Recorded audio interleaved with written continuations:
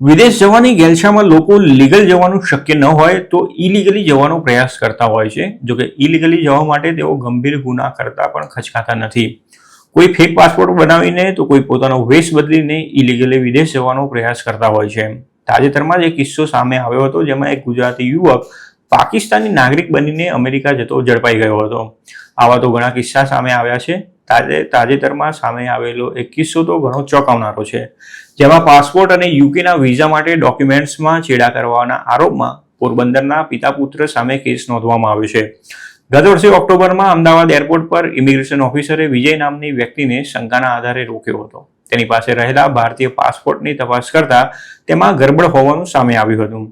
વધુ તપાસ કરતા પાસપોર્ટ અને યુકેના વિઝા માટે બર્થ સર્ટિફિકેટ અને આધાર કાર્ડમાં ચેડા કરવામાં આવ્યા હોવાનું સામે આવ્યું હતું.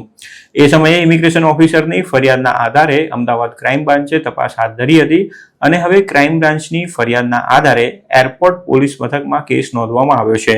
અમદાવાદ એરપોર્ટ પર ઇમિગ્રેશન ઓફિસર કલ્પેશ સોનવણેએ જ્યારે વિજયનો પાસપોર્ટ ચેક કર્યો તો તેના પર વિજય કેંગી નામ લખેલું હતું અને એડ્રેસ વલસાડનું હતું. ઓફિસરને શંકા જતા તેમણે વિજયને ફેમિલી ફોટો બતાવવાનું કહ્યું હતું. જો કે તે ફેમિલી ફોટો બતાવી શક્યો ન હતો. ઓફિસરે તેને વધુ એક તક આપતા વેરિફિકેશન માટે આધાર કાર્ડ કે બીજા કોઈ ડોક્યુમેન્ટ્સ બતાવવાનું કહ્યું હતું. જેથી વિજયે બર્થ સર્ટિફિકેટ બતાવ્યું હતું, જેમાં તેનું જન્મ સ્થળ ભોપાલની એક વેદ હોસ્પિટલમાં લખેલું હતું. ભોપાલ ગ્રામ પંચાયતે ઇસ્યુ કરેલું હોવાનું દર્શાવતા આ બર્થ સર્ટિફિકેટમાં રજીસ્ટ્રેશનની તારીખ જુલાઈ 6, 2004 હતી અને રજીસ્ટ્રેશન નંબર 02898 હતો. જો કે જ્યારે તપાસ કરવામાં આવી તો એવી હકીકત સામે આવી હતી કે ભોપાલની ગ્રામ પંચાયત દ્વારા આવું કોઈ બર્થ સર્ટિફિકેટ ઇસ્યુ જ નહોતું કરવામાં આવ્યું. જ્યારે વિજયની આખરી પૂછપરછ કરવામાં આવી તો સામે આવ્યું હતું કે તેનું સાચું નામ વિજય ખૂંટી છે અને તે પોરબંદરનો રહેવાસી છે.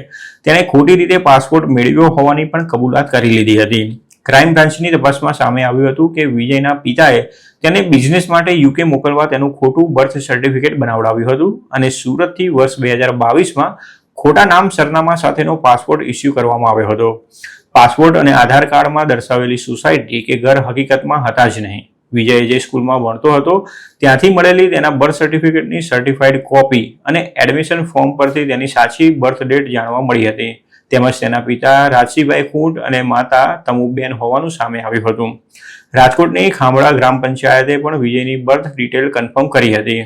આ પહેલા પોરબંદરનો દિલીપ મોઢવાડિયા નામનો શખ્સ પણ બનાવટી પાસપોર્ટ પર યુકે જવાની ફિરાકમાં હતો ત્યારે ઝડપાઈ ગયો હતો. તેણે રાજુ બેકોન નામની વ્યક્તિની ઓળખ ધારણ કરીને ખોટા પાસપોર્ટ અને રીસેટલ વિઝાના સહારે લંડન જવાની યોજના બનાવી હતી.